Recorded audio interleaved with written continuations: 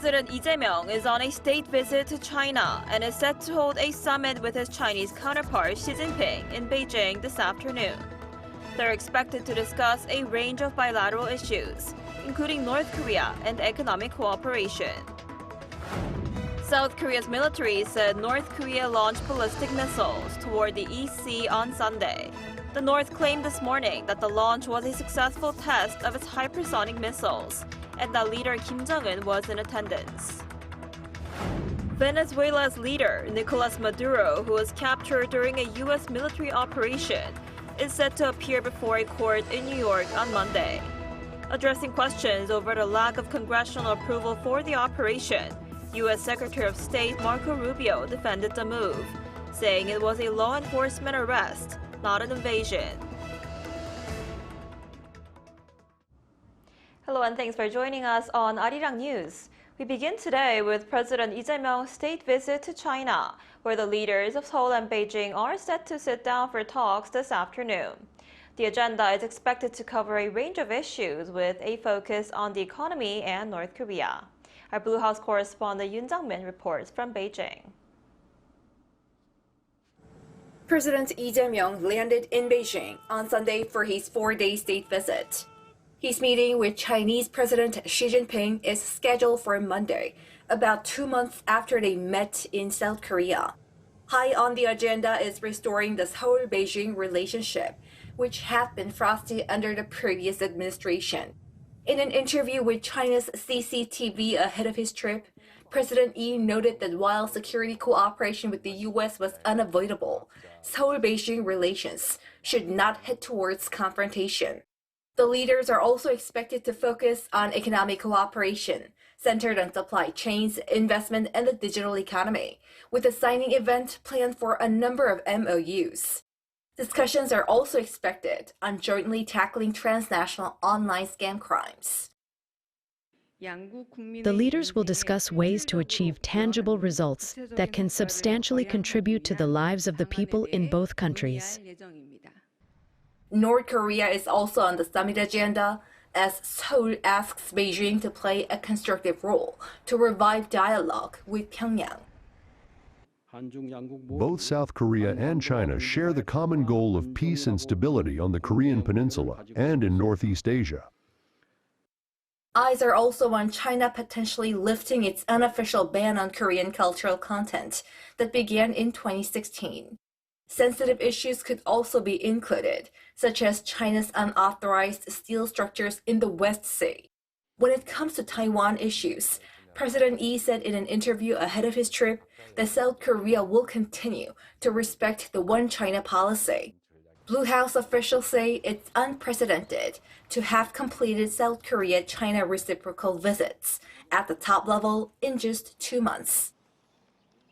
With the summit taking place amid complicated geopolitics, attention is on President Lee's pragmatic diplomacy and balanced approach, and what it means for the region. Yoon Jang-min, Arirang News, Beijing. And upon arriving in Beijing, President Lee also had dinner with members of the local Korean community on Sunday. In his opening remarks, Lee said restoring relations with Beijing had been his most significant diplomatic achievement since taking office, after ties had faced strains in recent years. The trip marks the fastest reciprocal state visit between the leaders of South Korea and China, following Chinese President Xi Jinping's visit to Gyeongju last year. He expressed hope that his visit would serve as a new starting point for further advancing bilateral relations. The president also pledged to improve overseas voting access for South Korean nationals living in China, noting that there are just 10 polling stations nationwide. And on the economic front, South Korea's benchmark KOSPI passed 4,400 during the trade on Monday, briefly jumping over 2% after the market opened. The surge was driven by gains for mega-cap tech stocks, including Samsung Electronics and SK hynix. Watchers say investors are focusing on Samsung Electronics' earnings announcement on Thursday and the upcoming IT and home appliance exhibition, CES 2026, on Tuesday. Shares of Samsung Electronics and SK hynix hit the 130,000 Korean won mark and 700,000 won respectively for the first time on Monday.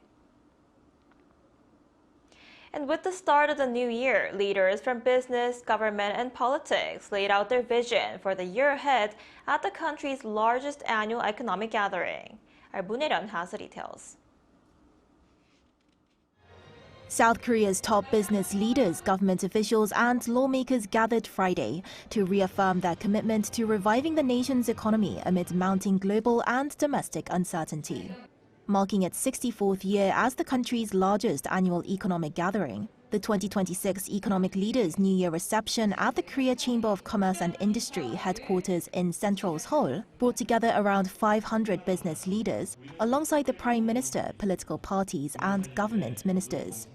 This year's event was held under the slogan "Growing Businesses, a Rising Korea," as participants pledged closer cooperation between the private sector, government, and the National Assembly to drive economic recovery.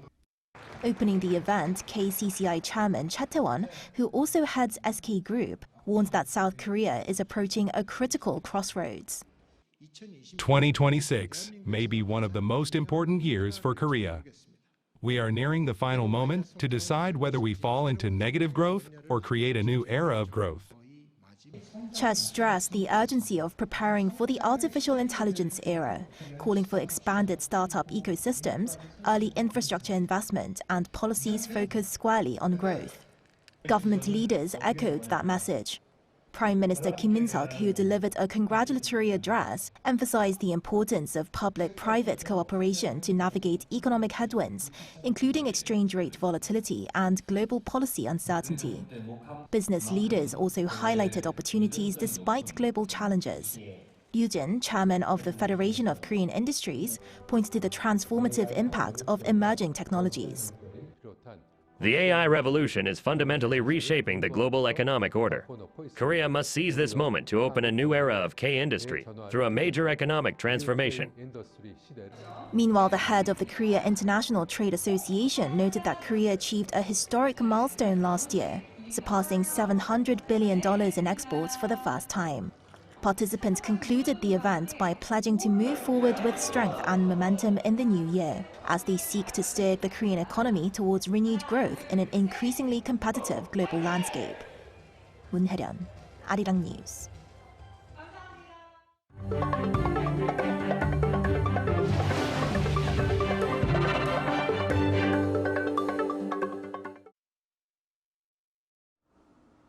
North Korea has fired hypersonic missiles into the East Sea, with regime leader Kim Jong-un overseeing the exercise. Now, this marks Pyongyang's first missile launch this year and comes amid heightened global tensions and President Lee Jae-myung's trip to Beijing. Our Park Jun-an has the latest. North Korea on Sunday fired hypersonic missiles toward the East Sea, with its leader Kim Jong-un personally overseeing the exercise. This was confirmed by South Korea's Joint Chiefs of Staff and North Korea's state-run Korean Central News Agency. South Korea's Joint Chiefs of Staff said multiple missiles fired from near Pyongyang at around 7:50 a.m. Sunday were detected. The projectiles traveled approximately 900 to 950 kilometers before falling into the East Sea between Russia and Japan, with Japan's Ministry of Defense reporting 2 ballistic missiles. The U.S. Indo-Pacific Command also acknowledged the launch, saying it posed no immediate threat to U.S. personal territory or allies, while reaffirming Washington's commitment to defending the homeland and regional partners. Korean Central News Agency on Monday described the event as a hypersonic missile launch training exercise aimed at evaluating the readiness of its hypersonic weapon systems and verifying operational capabilities. Kim Jong-un, who attended the launch, praised the exercise, saying that the readiness and lethality of Pyongyang's strategic offensive capabilities are an effective means of deterrence. The timing of the North's missile launches coincides with South Korean President Lee Jae-myung's departure for China and follows the capture of Venezuelan leader Nicolas Maduro by the U.S. Experts suggest the timing was carefully calculated to reflect Pyongyang's claim that, unlike Venezuela, it possesses nuclear and missile capabilities strong enough to deter potential U.S. intervention. Sunday's missile launch marks North Korea's first ballistic missile launch since November last year. This is also the third since the start of the Lee Jae-myung administration. Park Jun-an, Arirang News. Meanwhile, China has sharply increased the enforcement of export controls as the U.S.-China trade war escalates. According to data released by the Korean Security Agency of Trade and Industry on Monday, administrative penalties related to export control violations in China jumped more than 70% in the first half of 2025, with 79 cases recorded, up from 46 the year before. Beijing has expanded controls on strategic minerals, recently adding silver to export licensing requirements, and has tightened rare earth export restrictions on the U.S. Plans to require licenses for products containing Chinese rare earth materials were postponed for 1 year, following last October's U.S.-China Leaders Summit in Gyeongju, easing immediate global supply chain concerns. Meanwhile, the United States captured Venezuela's leader, Nicolas Maduro, and his wife during a raid on Friday night. The Venezuelan leader was flown to New York, where he's set to appear before a court on Monday. Our Lee Seung-jae has more. The United States carried out a ground operation in Venezuela on Saturday, resulting in the capture of President Nicolas Maduro and his transport to the U.S. to face federal charges. The operation took place following heightened pressure from Washington after U.S. President Donald Trump declared a renewed war on drugs. According to U.S. officials, Maduro and his wife, Celia Flores, were captured in a middle-of-the-night raid and transported aboard a U.S. warship. They arrived in New York on Saturday evening and are currently being held at the Metropolitan Detention Center. U.S. prosecutors have charged the couple with narco-terrorism conspiracy, alleging involvement in large-scale drug trafficking and cooperation with criminal gangs designated by Washington as terrorist organizations. Maduro has denied all accusations. A spokesperson for the U.S. District Court for the Southern District of New York said both defendants are scheduled to appear in federal court at noon on Monday. U.S. Secretary of State Marco Rubio defended the operation on Sunday, saying congressional authorization was not required. Speaking on ABC News, Rubio described the mission as a law enforcement action rather than a military invasion. It wasn't necessary because this was not an invasion. We didn't occupy a country. This was an arrest operation. This was a law enforcement operation. He was arrested on the ground in Venezuela by FBI agents, read his rights, and removed from the country. Meanwhile, Venezuela's Defense Minister Vladimir Padrino said a significant portion of Maduro's security team was killed during the raid, though he did not provide casualty figures. He announced that Vice President Delcy Rodriguez has been declared interim president and that the armed forces have been mobilized nationwide to maintain sovereignty. Lee Seung-jae, Arirang News. Now on the cultural front, after a blockbuster year for K-pop last year, 2026 is shaping up to be another exciting comeback season, with the return of big names like BTS and BLACKPINK. Our Park Go-nu has this report. K-pop fans, get ready. Phenomenal boy band BTS has officially announced a March 20th comeback, revealed on the very first day of the new year. 여러분 새해 복 많이 받으시고요. 올해 뵙겠습니다. The release will mark BTS's first album in nearly 4 years, following the completion of military service by all 7 members. Details on the album's concept or a potential world tour are expected later this year. Expectations are already running high as their 2022 track Run BTS from their latest album topped the iTunes chart in more than 60 countries. But BTS isn't the only act making waves. BLACKPINK's dropping a first full-length album in 4 years, following last summer's single Jump. BIGBANG's also gearing up for a comeback, marking 20 years since debuting, while EXO is set to drop a new full-length album in mid-January. As these so-called second and third generation K-pop groups return, questions remain over whether they can recapture the spotlight they once held. One expert said fan power will be the key. The fandom has become much stronger than before, so even when groups make a comeback after a long break, the role of their fans is clearly important. What matters most is whether artists show what their fans want to see as K-pop. More than other genres, is fan-centered. So, it's better not to be overly innovative or focus on agency profits. He added that collaborations could help veteran groups reach a second peak, citing TWICE participating in the K-pop Demon Hunters project as a successful example. He He also noted that working with younger generation artists could help sustain and expand their musical careers. While some analysis show a global decline in K-pop album sales compared to 2024, the same expert says it's not a major concern. Album sales aren't the only metric to look at. The decline was partly due to major groups postponing their comebacks. Globally, overall consumption is shrinking. It's not just happening in Korea. At the same time, concert sales have reached record highs, and I believe this positive trend will continue into next year. Although groups like BTS and BLACKPINK still lead the global K-pop scene, he said it's time for that leadership to be passed on, with more active participation from rookies and artists from small to mid-sized agencies. 박건우, Arirang News. Ahn Sung-ki, one of South Korea's most beloved actors who had been battling blood cancer, died on Monday at the age of 74. Ahn had been receiving treatment in an intensive care unit of a hospital in Seoul for about a week, after collapsing while choking on food at his home last Tuesday.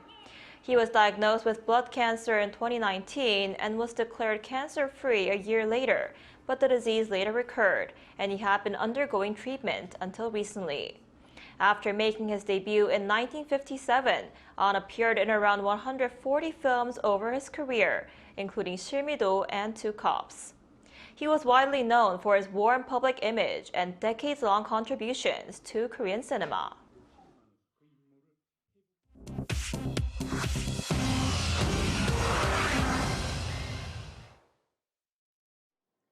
This is The World Now, bringing you everything you need to know from around the globe.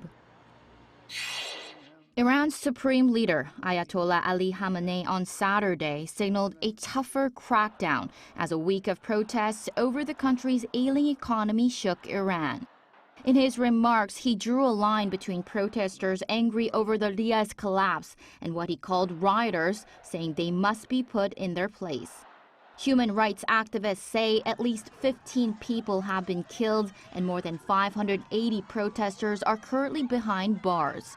U.S. President Donald Trump warned Iran on Friday that if it violently kills peaceful protesters, the United States will come to their rescue, prompting Iranian officials to threaten U.S. troops in the region. An armed gang in northern Nigeria has slaughtered at least 30 people and abducted dozens more after attacking a crowded village market. Gunmen on motorcycles descended on Kasuwa Daji village in Niger State on Saturday evening, opening fire indiscriminately on shoppers and traders. The attackers razed to the ground several homes and the market during a 3-hour rampage before retreating into the forest. Local Catholic Church officials warn the actual death toll likely exceeds 40, with many children among the missing. In Syria, the UK and France have carried out a joint strike on a major Islamic State underground weapons cache. Royal Air Force Typhoons and French aircraft launched precision airstrikes on Saturday night, targeting a network of tunnels in the mountain north of Palmyra. Intelligence confirmed the facility stored high-grade explosives intended for a jihadist resurgence. IS reportedly has around 7,000 fighters remaining in the region. UK Defense Secretary John Healey said the strikes eliminated the threat without civilian casualties, asserting that the coalition will not allow the terror group to rebuild its violent caliphate. In Las Vegas, CES 2026 kicks off this Tuesday, January 6th, showcasing the next generation of intelligent machines. Organizers of the Consumer Electronics Show expect more than 4,500 exhibitors, including 1,400 startups, and the show is set to showcase artificial intelligence across consumer tech, alongside a heavy focus on robotics and humanoid robots. Major brands slated to appear include NVIDIA, AMD, Lenovo, Hyundai, and Samsung. Las Vegas tourism officials said CES brings roughly 140,000 visitors and about $380 million in economic impact, with airlines adding 360 flights for the event. Jihan, Arirang News.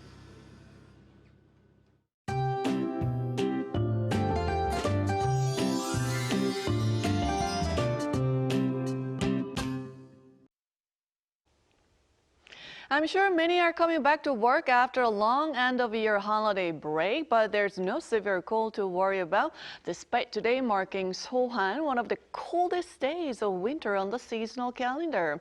However, this afternoon will be colder than Sunday, with temperatures hovering right around the seasonal norms.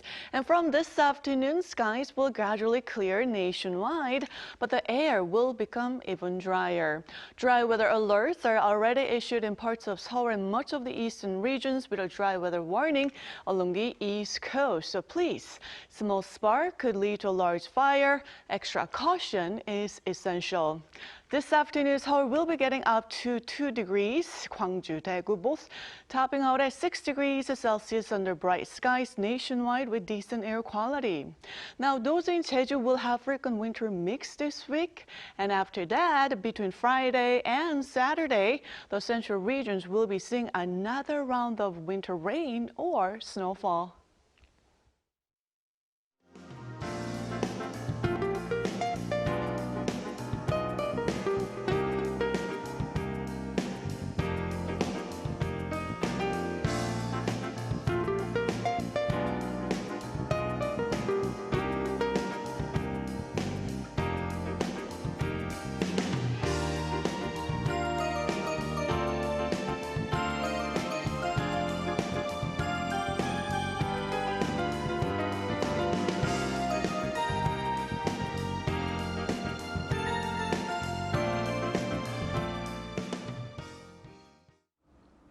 That's all we have for today's noon edition of Arirang News. Thank you for watching. We'll be back at 5 p.m. Korea time. Stay tuned.